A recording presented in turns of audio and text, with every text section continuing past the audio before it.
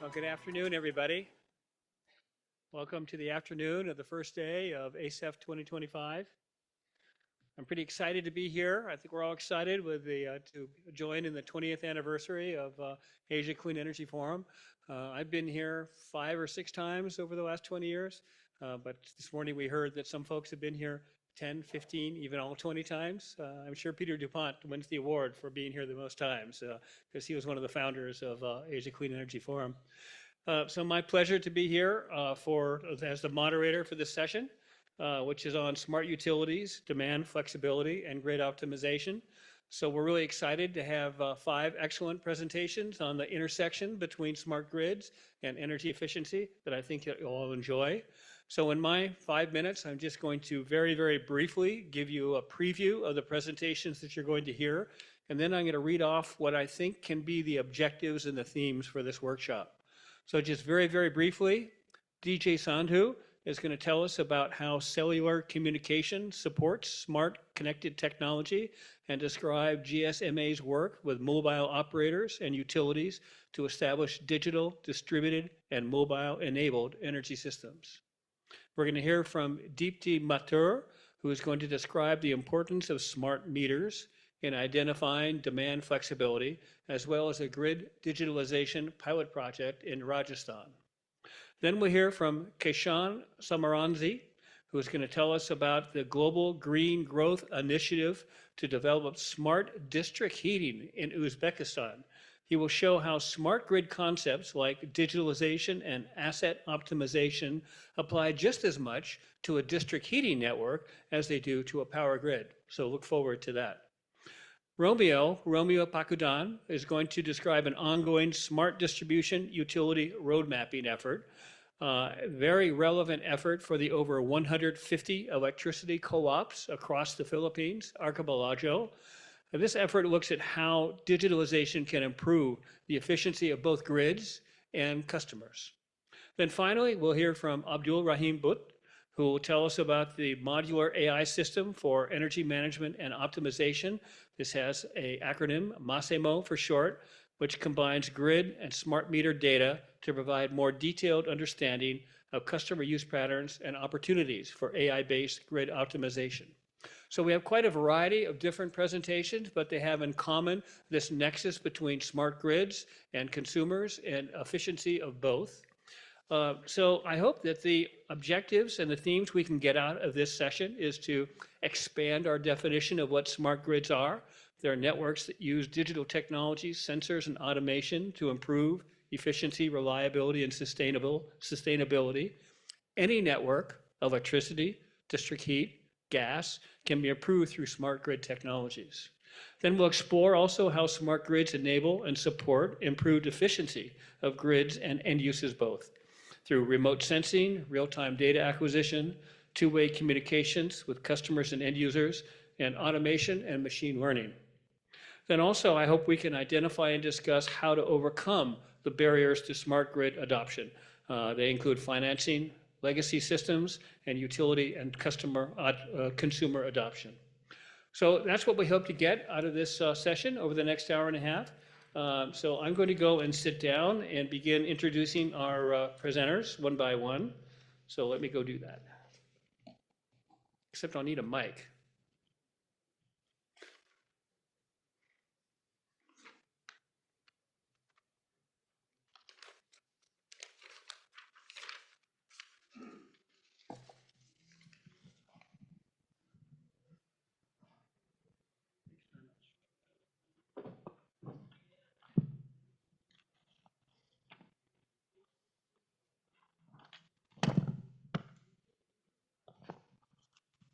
Okay, so first up is DJ Sandhu. He's a Senior Market Engagement Manager with GSMA, and please invite you to the podium to give your presentation. 8 minutes.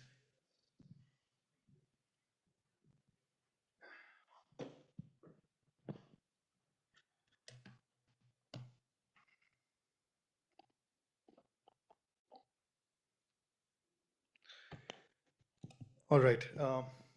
Great, thank you. Please bear with me. My throat is a bit rough. So, great.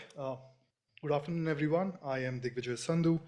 I, um, I am from the GSMA Digital Utilities team. And again, thank you, ADBSF, for this opportunity. Today, I'll be sharing how telecom infrastructure and digital technologies are enabling next generation smart utilities, particularly in Asia Pacific, and how they can drive resilience, cost savings, and decarbonization at scale. The GSMA Digital Utilities Program is essentially us supporting essential services like energy, water, sanitation, and waste with a focus on low and middle income countries. GSMA, as GSMA, we represent the mobile industry globally. Our Digital Utilities Program supports in many ways, essentially four, which is through de-risking capital, which is provided through our innovation fund. We generate insights from real-time deployments. We provide technical guidance to utilities and mobile operators, and we enable partnerships to scale successful models. According to the IEA, 85% of new electricity demand by 2027 will come from emerging economies. In Asia Pacific, this growth is happening alongside energy transition, meaning utilities must modernize to handle more demand and cleaner energy sources.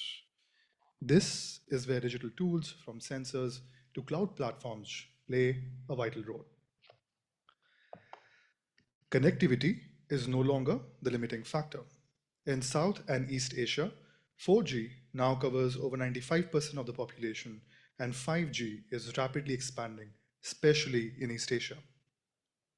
However, the usage gap, which is people not using mobile internet despite the coverage, remains a challenge for inclusive digitalization.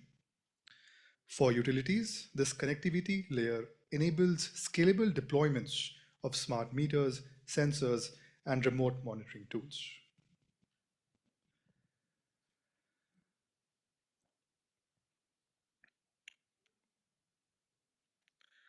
We also see that the licensed IoT cellular market is set for an incredible growth, particularly in the Asian and the Southeast Asian market. And a lot of this growth will be driven by the licensed low power wide area network in comparison to the cellular M2M. Digital technologies, climate impact. So mobile enabled technologies have the potential to deliver 4.2 gigatons of carbon savings by 2030. That's nearly half of what the energy sector needs, largely driven by what we call the enablement effect. And this can work through IoT sensors, cloud platforms, or real-time monitoring through drones. This speaks to how connectivity improvements over the last few decades has enabled grid modernization from simplistic M2M mobile machine-to-machine connections to massive machine-type communication or ultra-reliable, low-latency communication. And when you think of it, I want you to think it in three layers, right? One, of course, is your device layer, which is your sensors, solar panels, smart meters, etc. The second is the connectivity layer, which is where your NB IoT, your 5G, your LTE sort of sits and moves data in real time. And the third is a platform layer where intelligence lives. This is cloud software, control, predict, and respond. Notably, the platform layer is where most of the value is eventually moving, with utilities wanting insights, automation, and control. Through the next three slides, I'll sort of give you examples of this layer and how sort of it enables grid modernization, but also decarbonization. So IoT sensors on solar panels, batteries, smart meters can collect real-time performance data, and sensors can prevent overgeneration, which otherwise risks stripping the grid and forces fallback to coal or diesel. In mini grids, smart meters can enable demand-side load control, allowing power to be rationed instead of cutting off entire feeders. Technologies like NB-IoT, LTE, 5G make sure that this device data moves quickly and securely. 5G connected drones can inspect for damage remotely in real time avoiding the need to dispatch diesel trucks for routine checks. In urban grids, 5G slicing allows for a latency-free alert during outages so that operators can act before failures escalate. In the platform layer, this is, as I said, where the intelligence sits. Cloud-based analytics can aggregate data from thousands of sites to make grid decisions, right? Algorithms can shift peak loads to lower cost, greener hours by controlling either HVACs, pumps, EV charging. They can predict faults before they happen, reducing unplanned downtimes. We hosted a workshop on smart metering in India, and many of us in the room already would know that India is planning to deploy about 250 smart million meters by 2027, which is one of the largest rollouts globally. And telecom operators like Airtel, Jio, and Vodafone Idea are core partners enabling connectivity across millions of meters. Over 100,000 smart meters are being installed daily as per the Ministry of Power, and this has picked up a bit more recently. With any rollout or a plan such big, there will be challenges, and there is a need to look into interoperability standards, cross-ministry collaboration, or building analytical capacity in discoms to use the large amount of data more meaningfully. We did a study in Pakistan as well. In Peshawar, the utility PESCO and the telecom operator Jazz, along with the startup CISNR, installed 10 low-cost smart devices on 2 high-loss feeders. This itself reduced the technical losses by 6.7%. The load shedding was cut in half. Savings of nearly 20,000 a year were observed, and better billing outcomes for over 260,000 users was achieved. There were challenges, of course, with 15% of devices being damaged or stolen due to pushback from power thieves. In Shandong, China, Unicom, State Grid, and UAE built the world's largest 5G private network. Over 2 million 5G base stations were co-deployed nationwide, and advanced technologies like slicing, user plane functions, or flexible Ethernet were sort of used. Use of 5G RedCap and digital twins helped reduce device costs up to 60% and achieved a 90% setup success on the first try. And I know that I'm running out of time, so I'm going to wrap this up a bit more quickly. But I just wanted to touch upon virtual power plants and the role of mobile operators in virtual power plants as well. We found out from our own study in Finland, there's an opportunity to, an operator had an opportunity to save roughly 5,000 a month, 5,000 euros a month, which sort of gave them an earning of 44,000 a month by using virtual power plants and also through virtual wheeling, right? And I'll sort of end it here, and my alarm's gone off. With these three essentially call to actions, that smart utilities are essential for decarbonization, resilience, and competitiveness. Telecom brings the reach, data, and tools needed to scale these solutions, and the future of energy is digital, distributed, and mobile enabled. Thank you so much.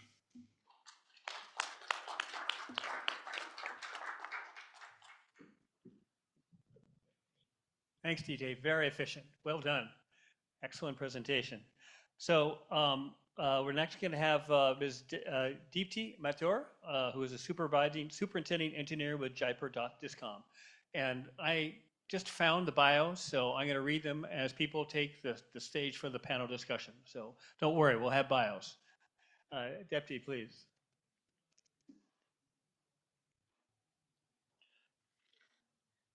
Good afternoon, everybody, and I'm thankful to ADB and the ESF for having me placed here for this presentation. Without wasting any time, but the time limit is very short, I would just start with my presentation. My presentation topic is grid flexibility through demand response. Lately, we have all felt, all the utilities around the world, they are being faced with an immense pressure on their grid because the grids were unidirectional by now till now, but now with so much of solar, EV, and all the penetration coming up, we now have a bidirectional grid. And so the next slide, please. So we have a lot of pressure on the grid, and because we have a high processing volume of data there, integration of various software tools is there, and because to meet our energy transitional goal, we definitely need a smarter grid. Next. So the option which I, as a utility, feel that we could go for a demand side management. Demand side management programs are the most cost effective and very environmental friendly way of managing the demand and supply gap, because for putting up a new power plant, we need crores and crores of rupees, and this demand side management and demand response program, they require a very small amount, and with that we can go for these cost savings benefits and the reliable and resilient grid. Next.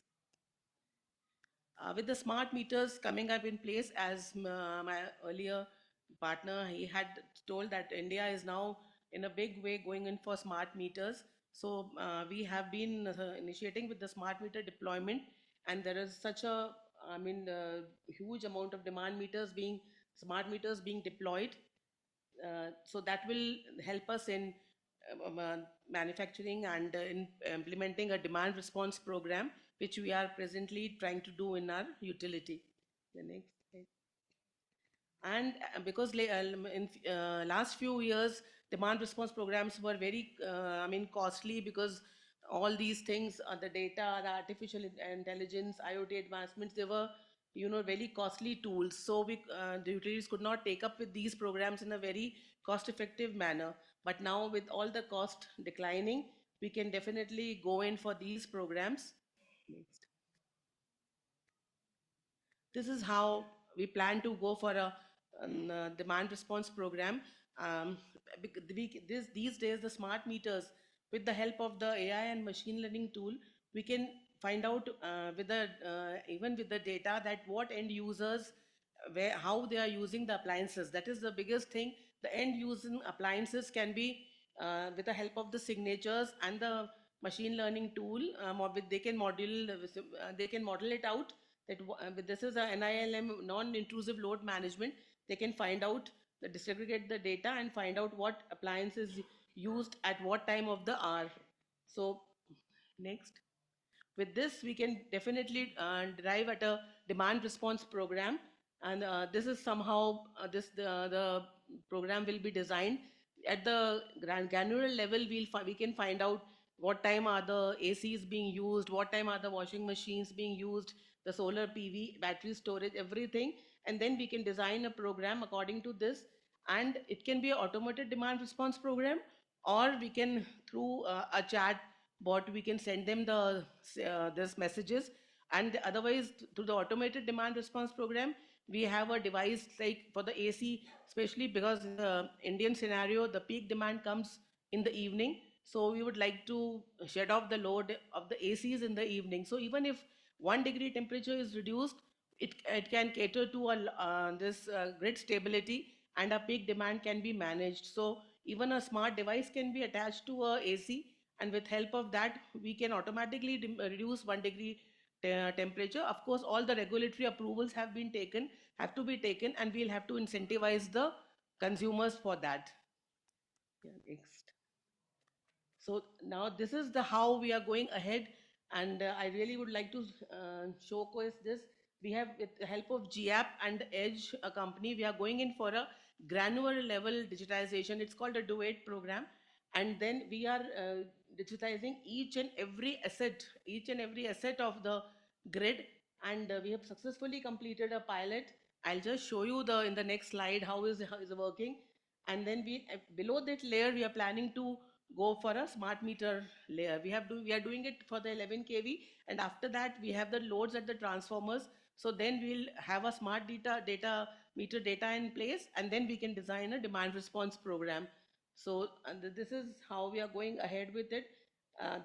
We can digitize the grid, and all the with the help of API integration, we are our this distribution transformer data, our feeder data, everything is going into that software tool. And then we have designed a low flow analysis, because especially we have so much of SPG, the solar power, renewable power in Rajasthan is a boon, and so many of the SPGs are coming into this. So we don't have a way about how our grid is being utilized, whether all that SPG data is being utilized at the decentralized level, or whether it's going upstream. So that was a biggest question. With all that in hand, we started this program. I'll just show you next. You can run the video. This is I have made a video out of it. We have completed a pilot, and you will just see at what granular level. This is our network. This is a small network of an uh, this 132 uh, substation. I'll just take you to that 132 substation. And then this is real digitalization what we have done so far. See, this is a 132 kV GSS. If you can see, Bansur, this is a 132 kV GSS there, and this is the real time power flowing. You can, that green is the solar power. This is the blue is the coal power, and just as the day progresses, you can see, and the brown is a combination of green and blue. So this is how and this the graph shows you at during the daytime we are surplus of that energy generation, solar energy generation.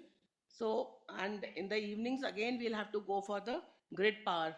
And this is we have complete. This is how the picture is, and we have completed a pilot for this. Yes, just I'm just going to finish it. Next, please.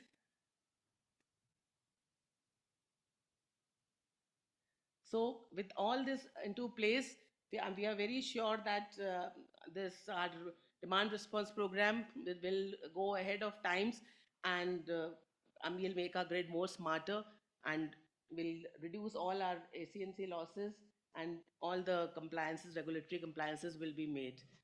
Thank you so much. Thanks very much, Deepti.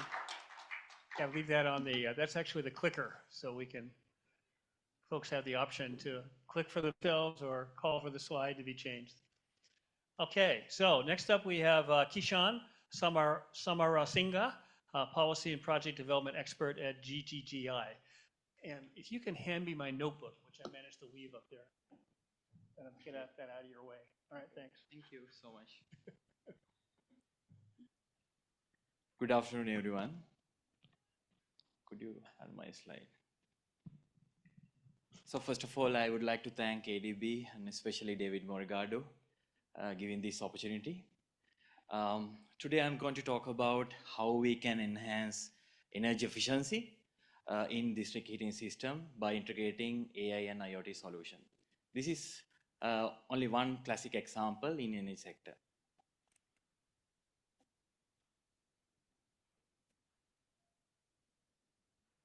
Okay, many countries around the world, especially with cold climate, the heating demand is growing significantly. However, many utilities facing high operation and maintenance cost due to energy losses and heating losses as well. So how we can solve this issue? That's the biggest question we have. Developed countries, many utilities in developed countries have identified AI and IoT solutions can solve this issue. How? AI and IoT can connect individual component of AI district heating system strongly. For example, IoT sensors can implement both above and below the ground and collect continuous or the real-time data, such as temperature, tilt, or the vibration, and any movement or any leak as well. So AI tools can analyze and diagnose any leak or any potential threats. For example, catastrophic failures. So AI and IoT, when IoT coupled with AI, it can avoid any catastrophic failures in the system, and it can reduce the operational and maintenance cost. So let me give a little snapshot. IoT sensors continuously monitor the performance of heat distribution or transmission network along the line. And it will provide continuous data to the AI engine. So AI engine will analyze data, and for example, with historical data of the customer, it can predict future energy demand. And the results will be provided to the system control, and it will help to have an optimum heat distribution network. And also, based on the results, the AIT tool can predict future potential, for example, maintenance. So let me show you a classic practical ground level project experience in Korea. Korea District Heating Corporation has developed and implemented AI powered IoT platform in their district heating system. So the results of the project is very strong and impressive, as it has shown significant energy loss reduction, predictive maintenance, and also scalability. So other than energy efficiency, this project has shown significant performance in three main areas: operational efficiency, predictive maintenance, and scalability. This project was designed to adapt into old infrastructure without doing any major overhaul in the old infrastructure. Therefore, it's really investment attractive for our developing countries. So let's talk about the number. Because of the real monitoring system, it reduced manual inspection. Of course, you know, most of the heat distribution network have been installed underground. So it reduced the manual inspection by remote monitoring system. And also it reduced emergency repairs because of the remote monitoring system and AI, advanced predictive tools. So similar to Korea, of course, there are many developing member countries experience similar challenges, massive energy losses and high maintenance costs. So we can introduce similar project, for example, in China, Mongolia, and Uzbekistan. Of course, some of the warm countries, for example, Philippines, Indonesia, even Bangladesh, in India, because they are heavily using gas distribution network, cooling systems as well. In GGGI, we are providing technical assistance to introduce new technologies and also develop projects, carry out feasibility studies, and mobilize climate financing in our member countries. Not only in Asia Pacific region, but also Latin America, Middle East, and Africa as well. However, technology is not itself, can deliver similar projects. But of course, we need a strong public-private partnership, innovative business model, and also policy and strategic support. So in GGI, together with 51 member countries, we are providing support to enhance renewable energy generation and also improve the energy efficiency in our energy infrastructure. I'll stop here. Thank you so much.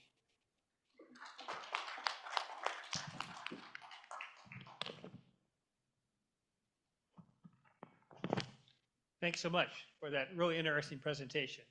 I'm a power guy, so when I think of grids, I think of power grids, but very important to understand how AI and IoT can really affect any kind of networked service. Yeah, so great stuff. The next presenter will be Romeo Pacudan, Technical Director with Ricardo PLC. Please, welcome to the podium.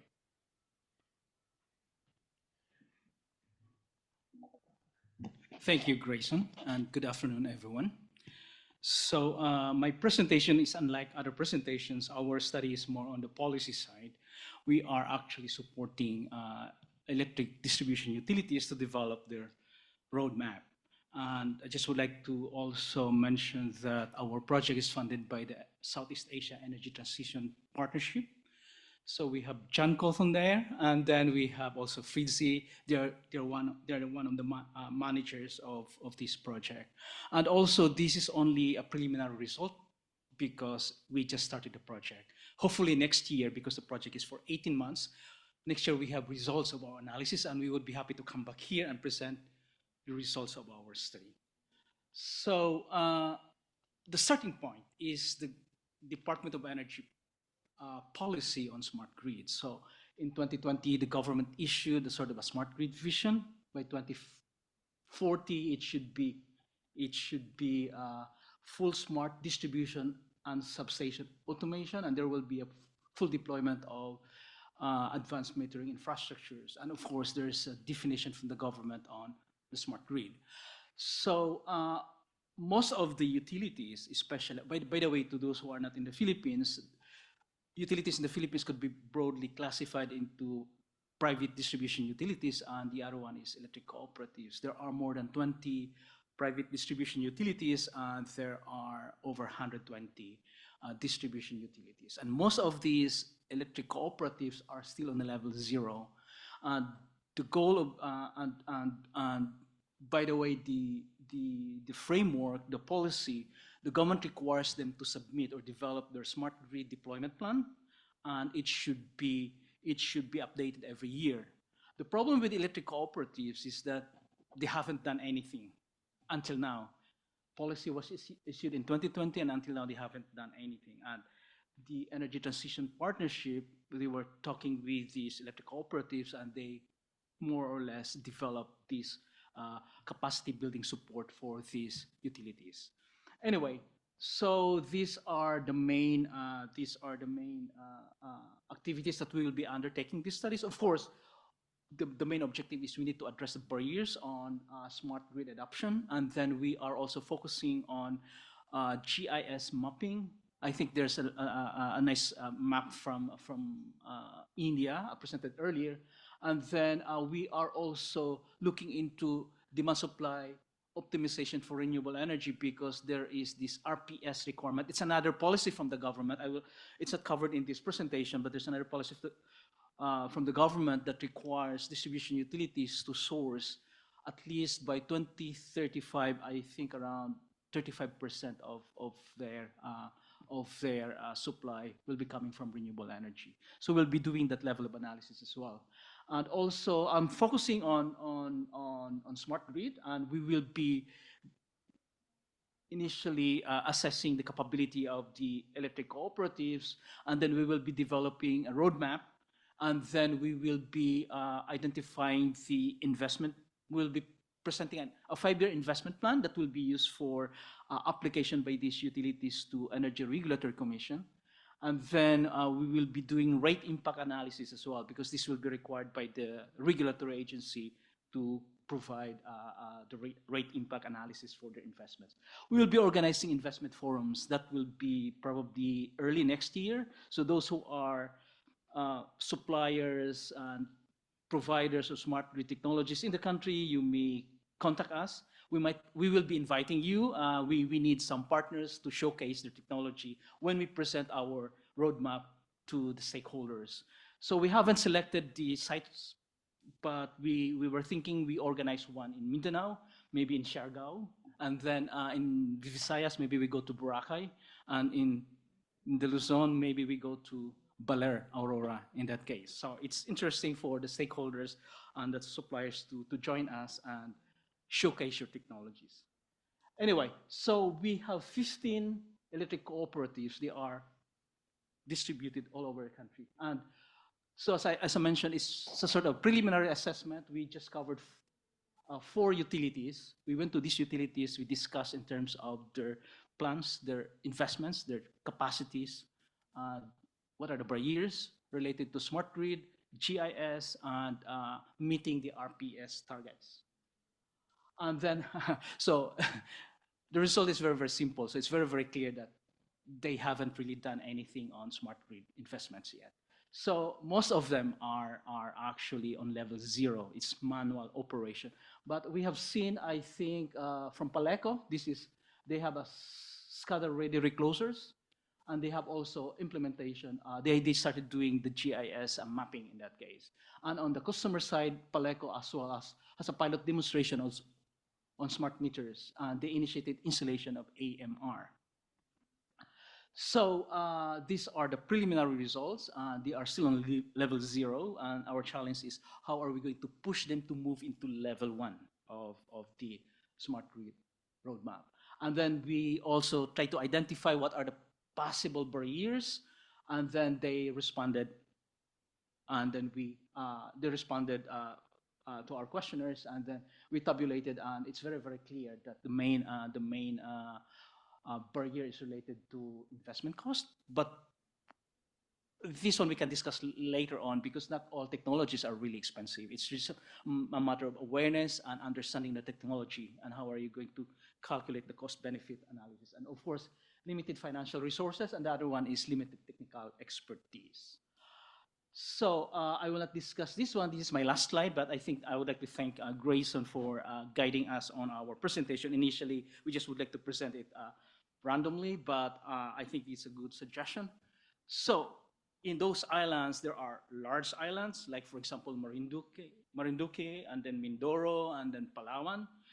Those off-grid, they are classified as off-grid electric cooperatives.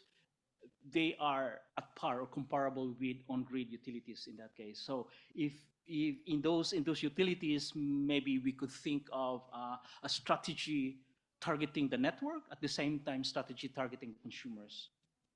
On the other hand, there are utilities that are really very, very small. And we were just thinking, we were just discussing, and probably we will see more when we will get the results, that maybe we can focus only on the network investment and smart grid technologies. The demand are very, very low in some of those utilities. Like for example, small island grids, you got an average household consumption of around 50 kilowatt hours per month, or maybe 50 to 70 kilowatt hours per month. So justifying investment on those automatic meter readers may not be feasible, but we will try to do our analysis. We will look into, maybe there are some industrial or there are some three-phase consumers that could justify investment on the demand side smart grid technologies in that case. On financial barriers are actually more related to approval from ERC on their investments, and we could justify the investments through improved grid reliability, enhanced power quality, increased operational efficiency, and so on and so forth. So the challenge for us is actually to develop a capital expenditure plan that effectively captures and delivers these benefits and could be approved by ERC for investments. And the last one is that which one will give us more benefits if we move from level 0 to level 1. And of course, as everybody from the utilities know here, most of the investments, especially for small island grids, are benefits will be maximum if you invest on the network level rather than on consumer level. But it really depends. We will see on the results of our analysis. And I think that's all for my presentation today, and thank you very much for your time and attention. Thank you, Romeo. Okay, our last speaker is Abdul Rahim Butt, who is a finance expert with Altera Limited, UK. Abdul? So you have the choice of using the clicker or calling for them to move your slides for you, up to you. Clicker works pretty well. Yes? There we go. Well, thank you very much. Thank you to the Asian Clean Energy Forum and to ADB for providing us this opportunity. As this is the session after lunch, usually people tend to take a break, but you all have been a pretty active audience, so thanks again for that. Essentially, I'm from a private company, Aliera. It has operations in the UK and in Pakistan as well, and it's essentially working on optimizing distribution systems using artificial intelligence. So I'll just quickly walk you all through what's our current activity and what all we've come up with. Now, essentially our ambit is the developing market countries. We started off with Pakistan, but Philippines is another country on our radar as well. Now in Pakistan, there's a huge issue in terms of the circular debt in the energy sector, and that's burning a big hole in the government's wallet, essentially. As you can see, the cost of electricity has risen around 1.5 to 2 times over the past 7 to 8 years. And the ongoing energy crisis has more than, well, these figures we talk about, let's say, 4 trillion rupees as of the end of last year, whereabouts you're looking at maybe around half a billion dollars worth of losses, and the typical issues which one has in developing countries, where you have T&D losses, unreliable grids, frequent blackouts, and as you all can see the points in slide.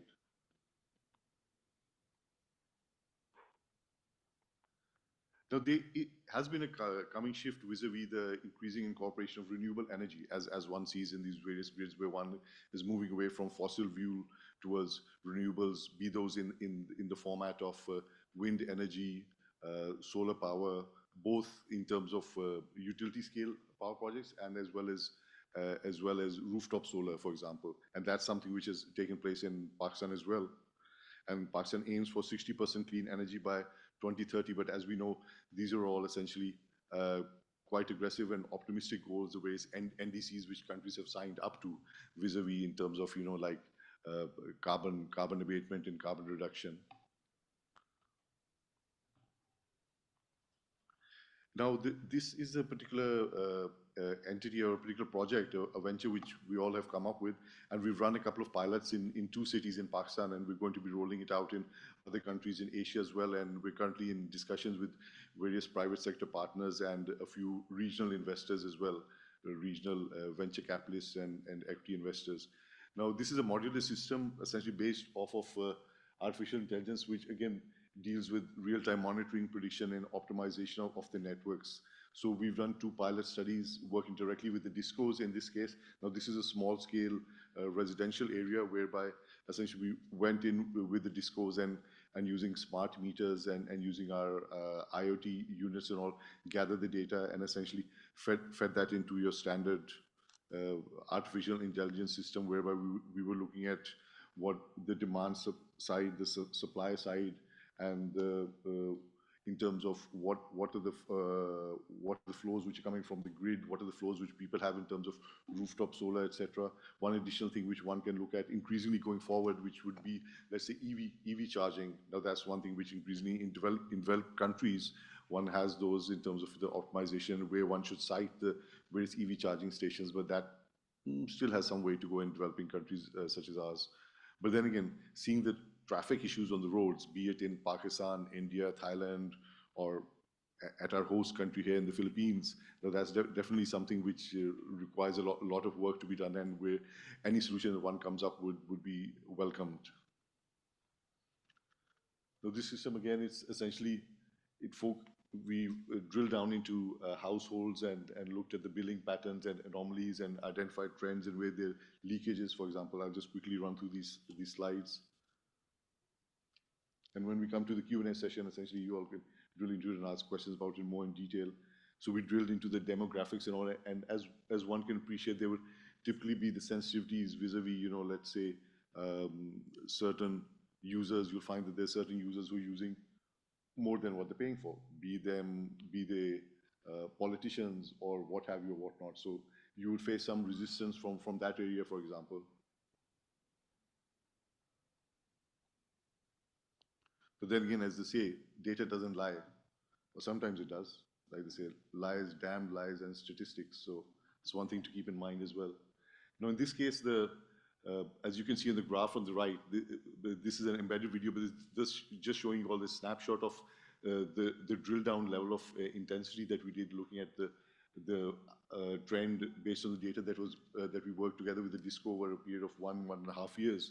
So where we looked at anomalies, possible causes for excess consumptions, possible black holes of usage, monthly and seasonal fluctuations, and whatnot, and what have you. Now, this is something which obviously has been done to various levels of various degrees of sophistication in many countries around the world. So it's not something unique, but something which we anticipate and which we hope other countries will start and pick up on, because with the increasing usage of artificial intelligence and with the increasingly reduced cost and ease of access to AI, I think that's something which can be rolled out in multiple countries so that one can get the benefit of that.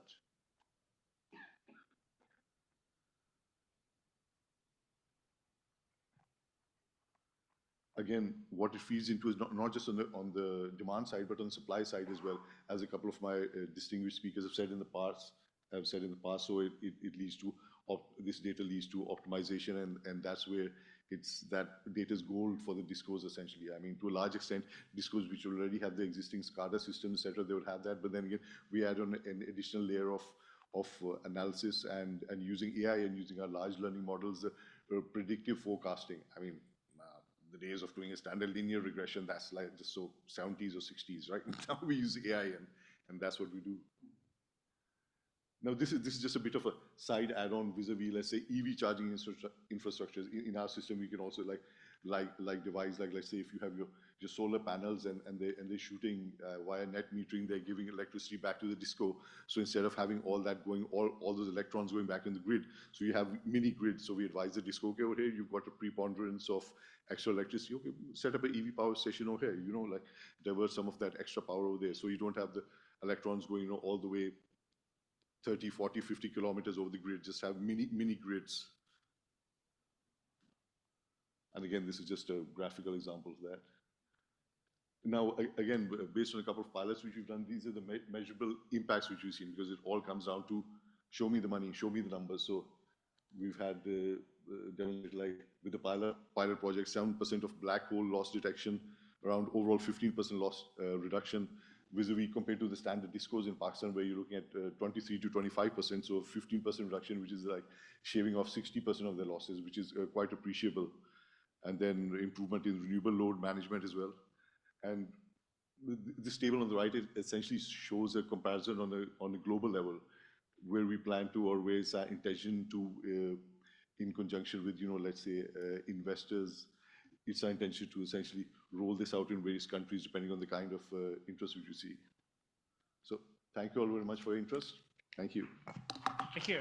Abdul, are you comfortable staying on the stage? Because we're going to take the panel now. Okay. Okay. So please, I'm going to read your bio while you're getting seated. So Abdul Rahim Butt is an international finance expert with 3 decades of experience in project finance.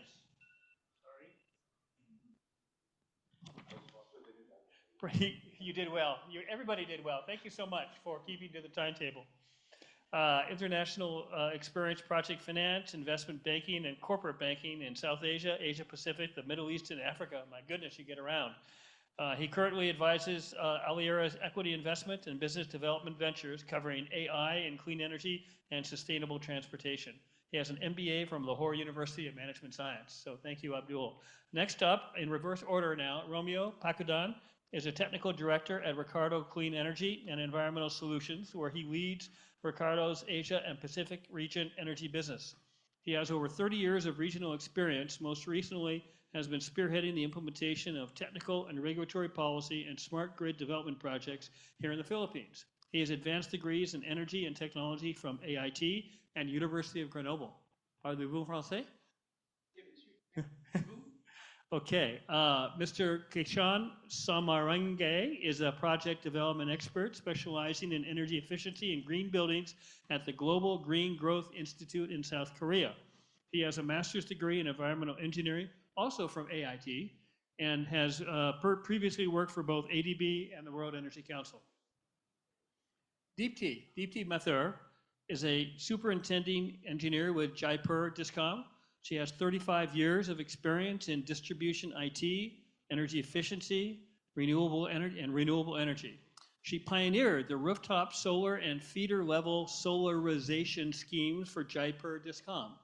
She is an electrical engineering graduate of MBM Engineering College, Jaipur, and is a BEE certified energy auditor. Finally, DJ Sandhu is a senior market engagement manager at Global Systems for Mobile Association, GSMA, leading initiatives under the Digital Utilities and Climate Tech programs. He drives strategic partnerships with mobile operators, innovators, and governments to scale digital solutions in water, climate resilience, and financial inclusion.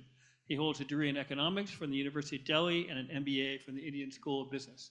So this is our panel. So we're very excited to have them here, so many experts, and I'm now going to take the stage with questions.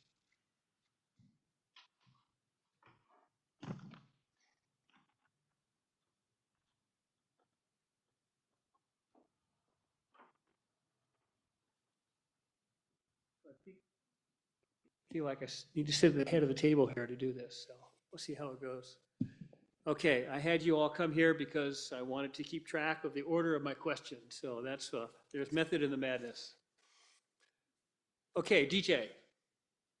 Smart metering and remote sensing of network conditions enabled by 5G are crucial links in grid modernization.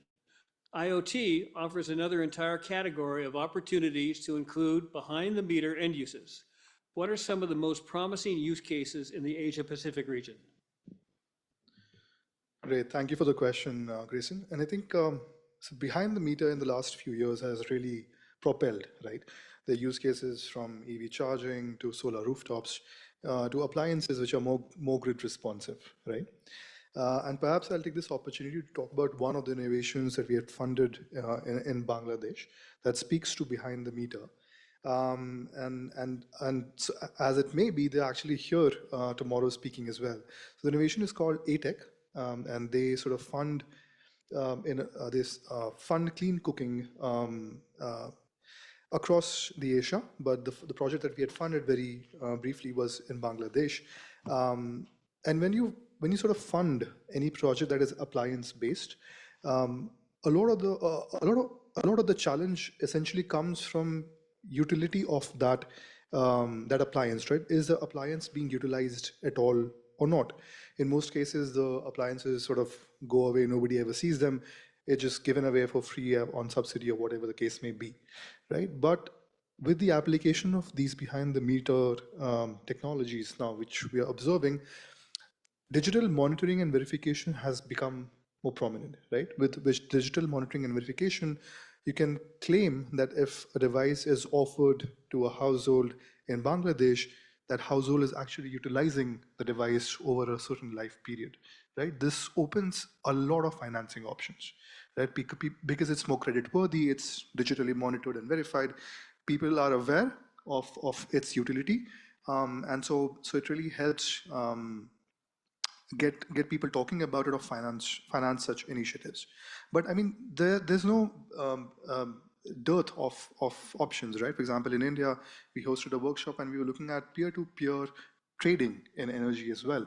And so that's again a behind the meter sort of an application which can be brought in and discussed. So the examples across Asia and Pacific, but maybe I'll pause here, and these are some of the ones that we have seen. Thank you. Thank you, GJ. So, Deepti, what were the drivers of developing your utilities demand response plan, and what are they doing now? Just a minute, can you repeat the question? Further? So, what were the drivers of developing the Jaipur Discom's demand response plan, and what are they doing now with demand response? Yeah, actually, the drivers was our peak demand in the evening, and the flexible. We want to make our grid more flexible. So these were the basic drivers which we wanted to go for a demand response program, and we have decided that we would go for a consumer level in the beginning with the domestic consumers. So they are the major chunk of this electricity load, and later we'll go in for the industrial and the other consumers. So the driver was that because we have our peak load reaching to around 3470 megawatt in the evening. In the summers are very hot in the Rajasthan. So and then we would like to reduce our AC loads. That is the major consumption of electricity. So this was the major driver, and then so much of renewable being added, we still wanted to go for a demand response program. Okay, thank you. Yes, I think demand response is the least expensive and quickest to Yes. build form of peaking Yes, capacity. to meet Yeah. the peaking demand.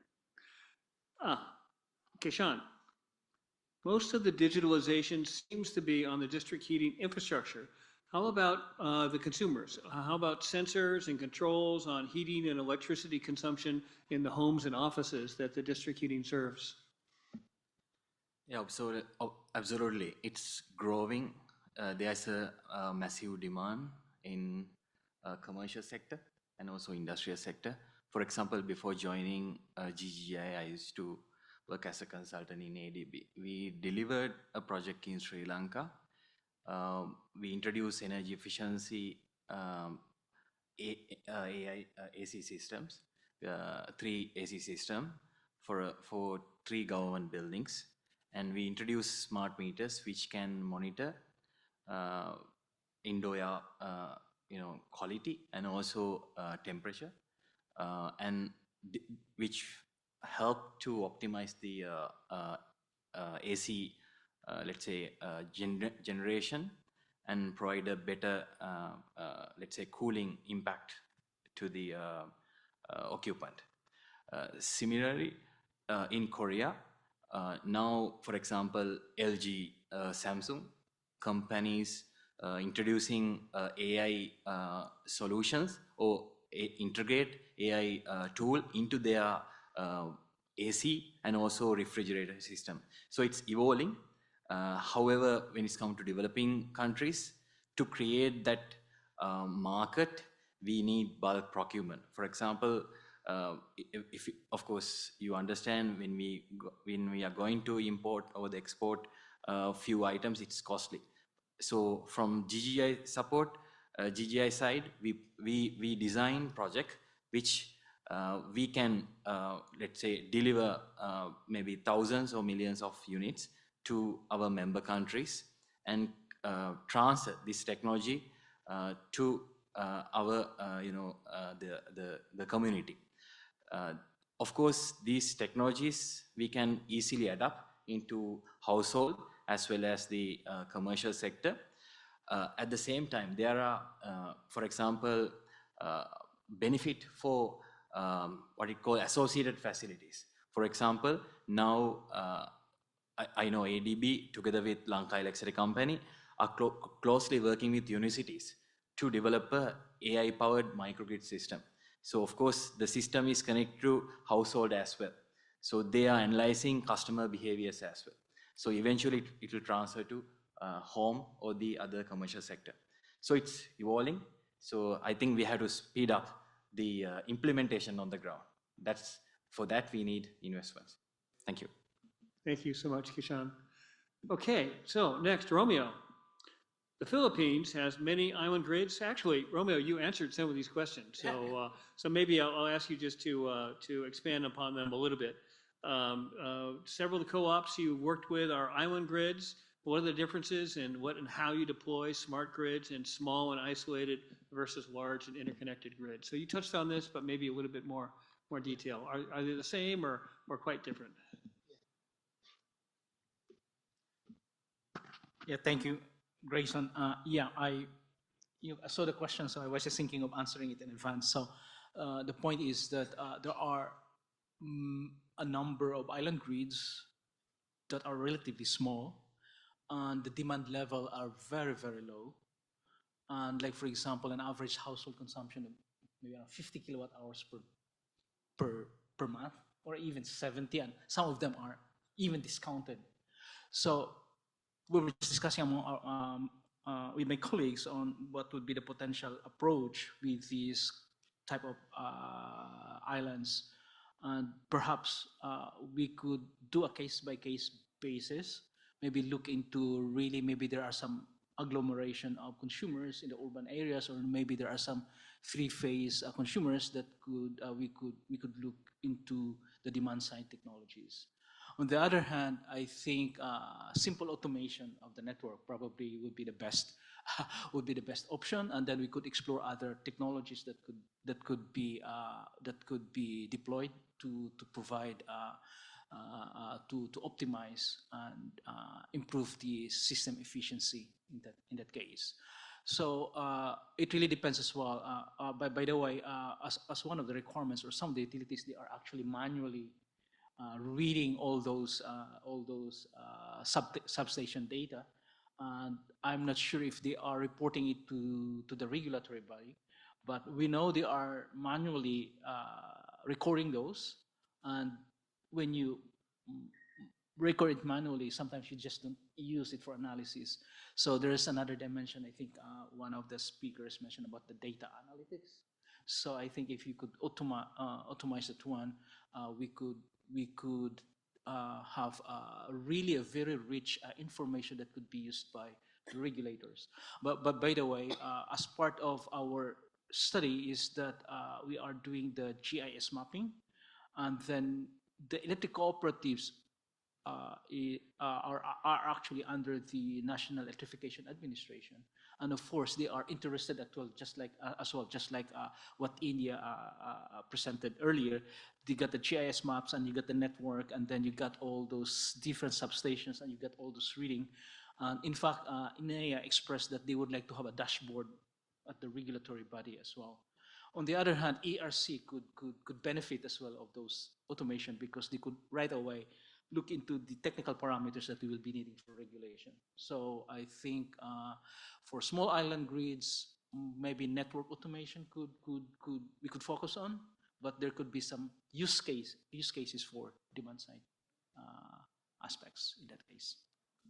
Thank you, Romeo. Yeah, in order to get data, you need to have digitalization. So you can't be taking transformer bank meters readings up by hand. Yeah, that's Just crazy. an additional point. The problem also in those islands is that the internet connection is very, very slow. In fact, when we had our GIS training in Paleco 2 weeks ago, there was no internet. So we have to wait for 3 hours for the system to be restored. We don't know what happened. So those are other considerations as well. If you would like to, if you would like to implement a smart grid in those areas. Telecommunications is also problematic in those areas. Okay, thank you. Okay, so Abdul, how can the Masemo tool help address Pakistan's grid problems and issues, including growing losses, blackouts, and the need for more renewable energy? Sure, thank you. I mean, essentially, it's what we're doing is right now rolling out with waste discourse or having discussions with them, discourse of the 4 large provinces, whereby the 2 of them have already done pilot studies with us, and then the intention is, and they've shown quite a lot of interest in that. The intention is that now to move it to the next stage, when one would scale it up, essentially they'd need to, well, put funds on the table themselves or liaise with, let's say, any a multilateral or development finance institution like the ADB or any other to set up a study, and whereby I think we've seen over here, like in a few of the countries, they've already done that. So that would be the intention. And the benefits, I think we've already shown them vis-a-vis with the easy access to data, with the identification of the black holes, identification of what are the hotspots, identification of where there are losses. So there's quite a lot of scope for optimizing, and that's something which they've recognized as well.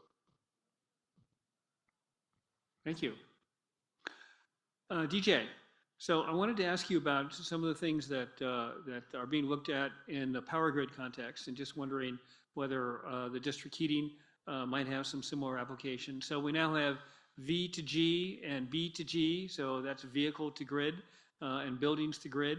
So I'm just curious how that would even translate into the scheme of a district heating system. Which of these and others look like they might be possible or promising within the context of a district heating grid as opposed to a power grid? Right. I think so. Example in specifically in these cases, I think examples on battery to grid is quite prominent, right? Vehicle to grid is still being tested, and I think there are pilots happening.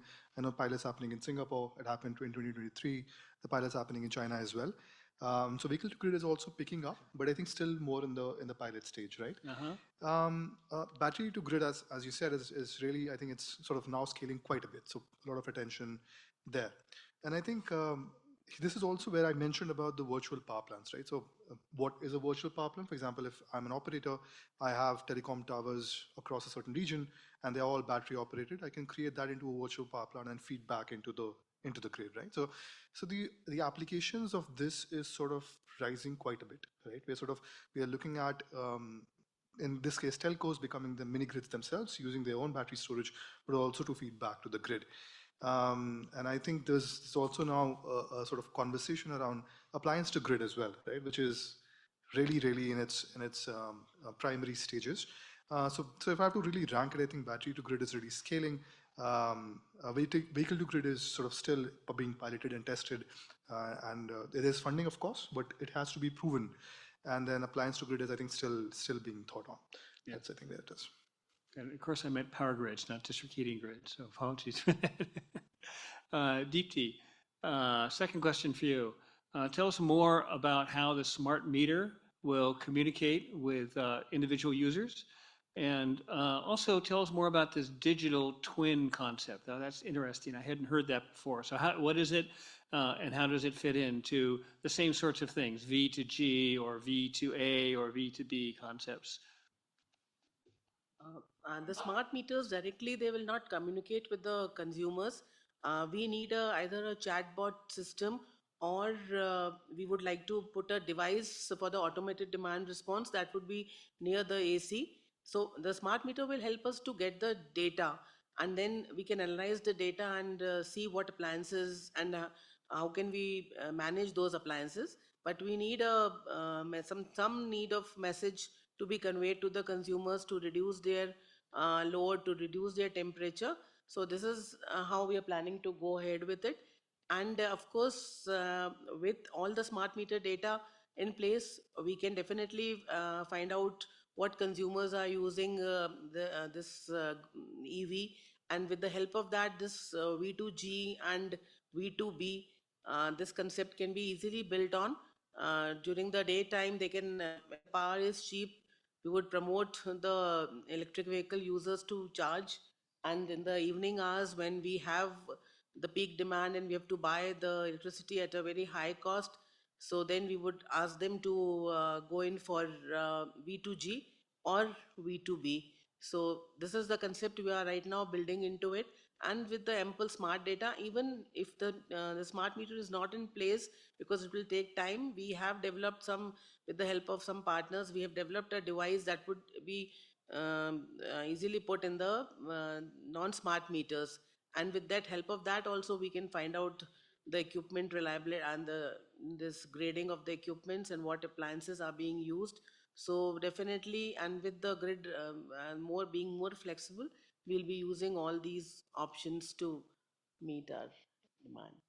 Just one quick question. So you talked about the non-intrusive load monitoring, NILMs, Yes. NILMs. So can you just very briefly tell us how that works? How do you look, Yeah, this how do you is, look across the meter and see what's going on? yes, non-intrusive load management is a AI technique basically, and this, with help of the smart meter data, this AI machine learning tool and the neural networks are being used in modeling. With the help of the modeling, and there are with the smart data, all the day they have a certain signature for each and every appliance that is studied, and this is non-intrusive load management, and then the modeling is done through a AI tool. And with that, they, it's like they train the model, and they need certain amount of data, and simultaneously they try to, see whether their model has been correctly built. So we try it on a sample of households. Like we ask them that just record that what time of your AC is on and on off. So then we are very sure that the model that is being predicted through the AI is correct. This is the non-intrusive load management, basically. Yeah. Fascinating, very interesting. All the things that AI can do. Yeah, yeah. Kashan, so weather forecasting for solar and wind generation is improving rapidly. Would improved weather forecasts be useful in optimizing the efficiency of district heating systems? Of course, yes.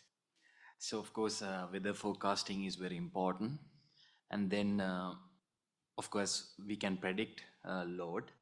Of course, in Korea, mainly district heating system is running based on natural gas. For example, in uh, Kazakhstan, Uzbekistan, Mongolia, based on coal. So if we can optimize the heat generation in the system, of course, we can reduce emissions. And at the same time, storage. Of course, we had to store steam. Then if we can predict or the forecast with the pattern, of course, we can do a optimize design for the district heating system. So eventually, it will result to have a best return on investments. So it will be, investor attractive system. So similarly, not only district heating system, but also, we were listening to regional grid, how electricity grid can be expand to other countries. Similar way, so now in GGI we are thinking how we can support to develop a regional level AI IoT platform to have a optimum electricity transmission system. So yeah, I hope my question answer Yeah, is sufficient. thank you. Thank you. Romeo, so the co-ops are at level 0 now. As they move up the smart distribution utility roadmap, what will be the biggest potential improvements in cost reduction or reliability? Will they come from the network side or from behind the meter? Yeah, thank you, Grayson. And yeah, I think I partially answered this in my presentation. And yeah, the one that I mentioned earlier is that in many island grids, uh, the demand side is relatively low, and then again, as I mentioned, an average of 50 kilowatt hours per month, and then or maybe 50, 60 or below 100. It's very, very difficult to justify investments on automatic meter readers if you have those level of investments. But again, as I mentioned, we could look into several use cases. We could not right away dismiss the possibility of having more investments on the demand side. On the other hand, on the network side, I think there's a lot of potential benefits there, much higher than from the demand side, especially on automation, on reliability and power quality. So again, as I mentioned on the financing aspect, if we can capture those benefits and then having a sort of a bankable investments, then I think it could justify investments by the utilities. So I would say that, yeah, much higher benefit will be generated through network investments in this case, rather than the demand side. Yeah. Thanks, Romeo. Abdul, just a question about the sort of new business opportunities or new business models that the Masemo tool might unlock, being able to see what's going on at a very detailed level. Do you think that there are opportunities for load aggregators to come in, or energy efficiency companies, ESCOs, and build upon the additional information about consumers and networks that is becoming available through your model? Yes, no, that's a good question. Absolutely, that would be the next iteration or the direction in which it would go. Once that data has essentially been released from the physical confines of the system and it's out there, then through, let's say, APIs or any other such methodology, one could make that available to, as you mentioned, to regional aggregators, or let's say, for example, I think in the UK, for example, there's Octopus and a few other, energy companies, and whereby one then does a balancing of, let's say, in this case, in Masimo's case, it's electricity, but that could easily be deployed towards, let's say, the heating networks, as some of the members over here have mentioned. So that has applicability. And again, heating networks, we're saying, let's say, in the global north and south, but in the central belt, you would have the cooling networks as well. Let's say district cooling, as one sees within the Middle East. So it would be applicable to that as well. So there's definitely lots of use cases that can come out from the easy access to data and the more granular data which is available out there. Thank you. Thank you. Very exciting. Yeah. So that concludes the panel questions, but now we want to hear from the audience. We'd love to have your questions and have the panelists answer them. I have a couple of questions that have come to me from the organizers, so we'll start with those. First question is for Romeo. For the Philippines Smart Grid Study, it is more reasonable to go to private utilities. Is there a specific reason why study is made to rural electric cooperatives instead? These are straight from the audience now, so Romeo, so don't blame me. Yeah, I think, like for example, Meralco, this area, Metro Manila and neighboring provinces are actually under Meralco, and I think they're already in level 3 of. If you see the roadmap, they have probably advanced to level 2, level 3 in terms of their own investments. The point is that all the utilities must satisfy or comply with the regulation, and the distribution utilities, electric cooperatives are relatively very, very weak. So that's the reason why they need uh, technical support in terms of capacity building and in terms of providing or assisting them develop the study. In our case, like for example, the GIS mapping, we we strengthen their capacity and we wanted them to develop their own GIS maps. It's the same with the smart grid deployment as well. So we discuss with them, we provide the options, and then we look into the requirement in the roadmap, and then we will assist them in the analysis. But at the end of the day, they will do the analysis by themselves. The other important point is actually financing, because as mentioned there, it's one of the barriers is it's being perceived as expensive, and they lack capacity or lack financial resources to invest in the technology. My initial answer was to look into the bankability of the investment, looking into, like for example, all those technologies identified in the roadmap. We will do the analysis whether it's bankable. If we can capture all those power reliability parameters as benefit, or power quality as benefit. The way it's being done here in the Philippines is that when you do those investments, you need to have your capital investment plan. So you have a sort of financial plan for the next 5 years, and then do your calculation and do the rate impact analysis, and then you apply for your potential increase in tariff from the Energy Regulatory Commission. So the point is that if you have those information and parameters justified from bankability point of view, I think finding the resources is not much. But of course, there's some other consideration, like for example, the financial viability of the utility itself. You got all those financial analyses. You need to analyze the capability of the utilities to pay, and then look into the revenues and then their expenses. That's another point. And on another thing, what I would just to say is that maybe some of you here are coming from financial institutions.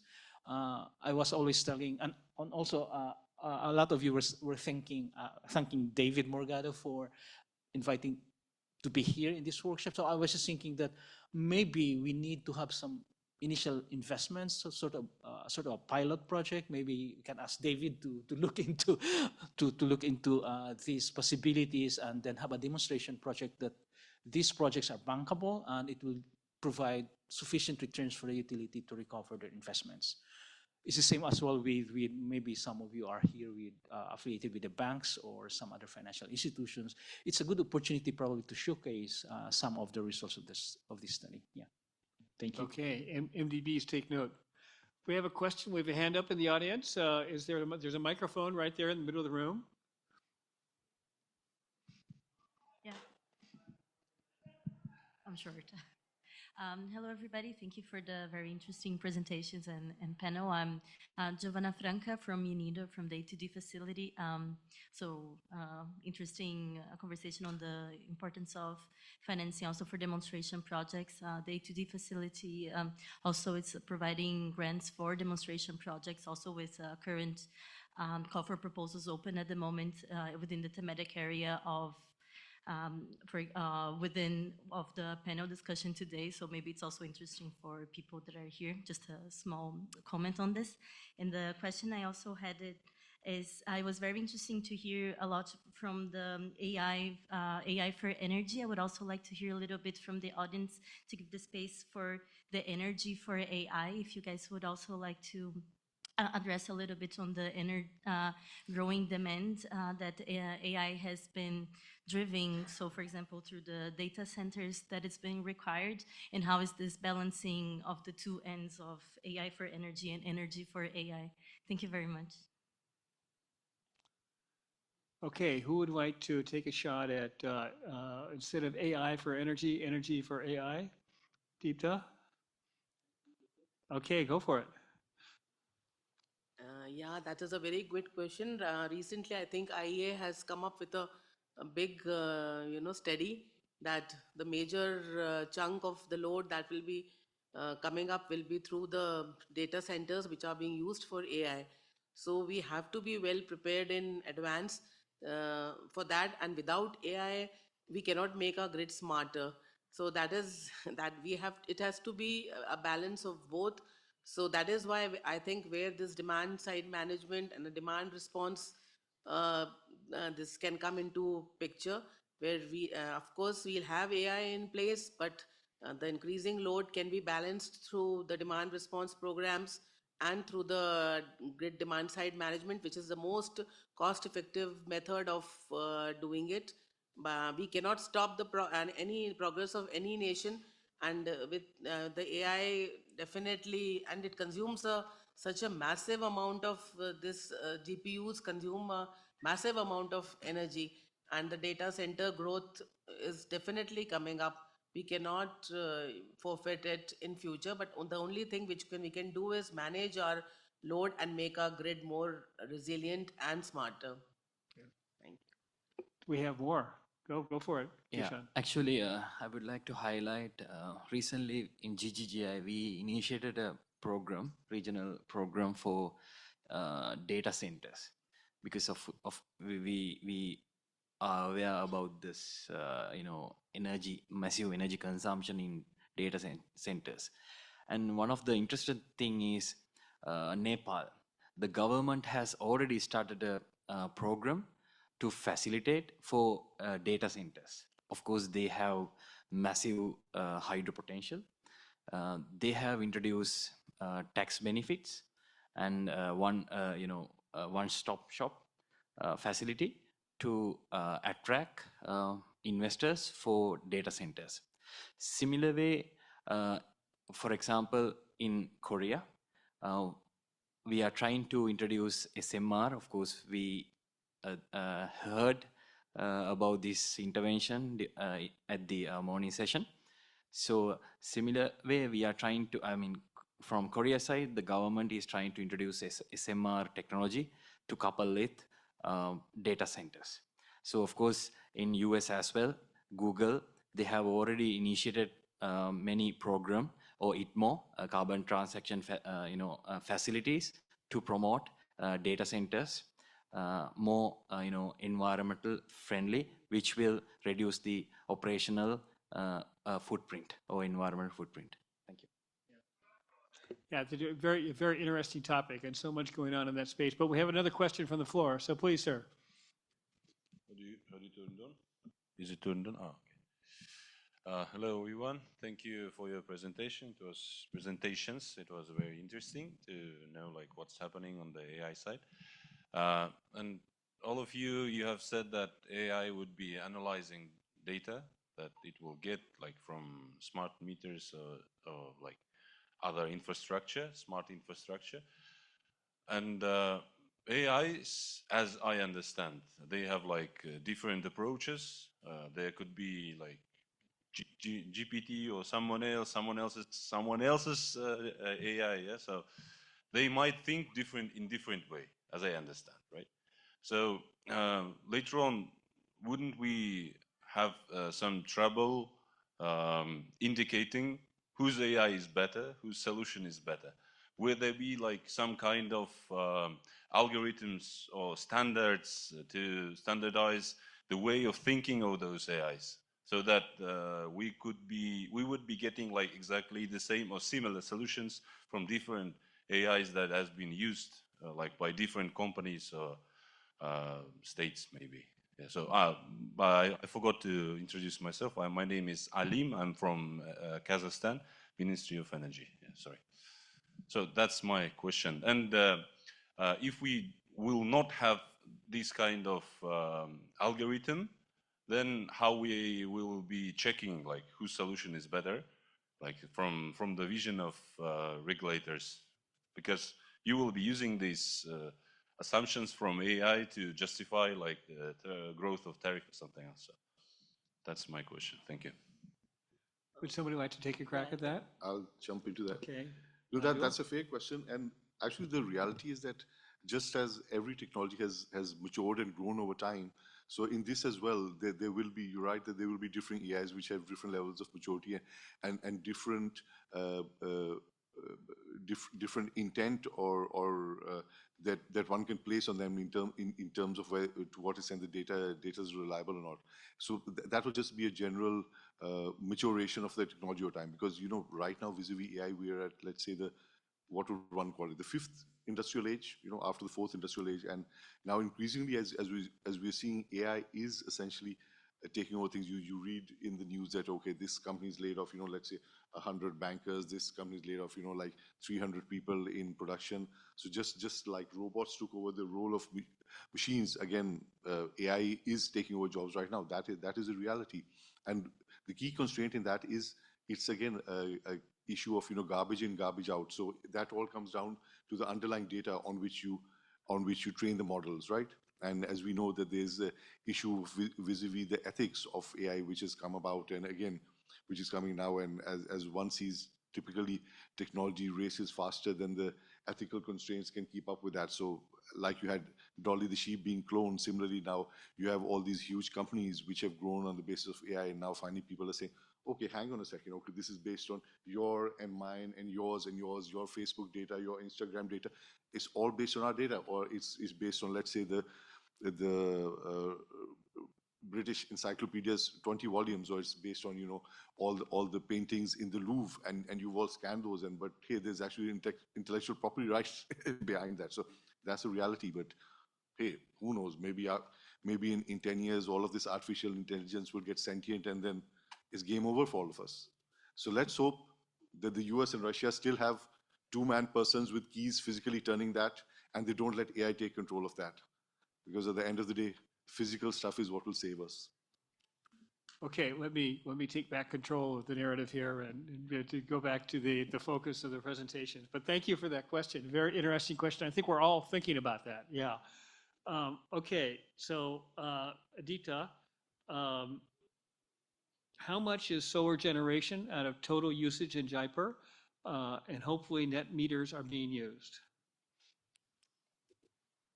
Yes, net meters are being used, and we have this net metering is for 1 megawatt. There's a restriction. The net, for we cannot go beyond the 1 megawatt generation. Net meters are being used, and the penetration right now for the this rooftop penetration is almost, we are touching around 200 megawatt already is in place. So, and then if we see the whole of Rajasthan, that is around the 200 gigawatt actually, I'm sorry. So it's a huge amount of solar penetration coming into this our discoms. And then we have the two major pilot schemes of Government of India, where the SPG generators are putting up their own power plants near the load centers. So that also we are planning to expand it to 17 gigawatt what in the whole of Rajasthan. So we have a huge solar potential, and the smart meters are in place for the rooftop solar. So we have this net meters there. The net metering regulation is being governed by the regulators, and the import export is being adjusted, and the feed-in tariff is also there for the net meter consumers. Thank you. One last focus question here. Romeo, what criteria was used to select the 15 ECs out of 150 in the Philippine Smart Grid study? We're getting into some details here. Actually, it was recommended by the National Electrification Administration. So they actually presented probably the study somewhere else, and then they were looking for potential electric cooperatives who are willing to participate in this study. Yeah, yeah, thanks. And I just one last question, and we're done. So, Kishan, so I'm interested in how can we replace fossil fuels for district heating? Can we use solar process heat or something else to cut down on the carbon footprint of district heating? Indeed, we can do it. Actually, we have already supported the government of Mongolia to introduce or the implement solar-powered district heating systems. Even in ADB now, they are going to implement a pilot project in Mongolia again by using geothermal energy. So if we can make the old infrastructure or the district heating system more smarter and flexible. Definitely, we can integrate, intermittent renewable energy generation into the system. Thank you. I have a red light flashing at me that says 000000. So we are done. I want to thank all the panelists for a great discussion and great presentations. Thank the audience for the questions, and round of applause, please.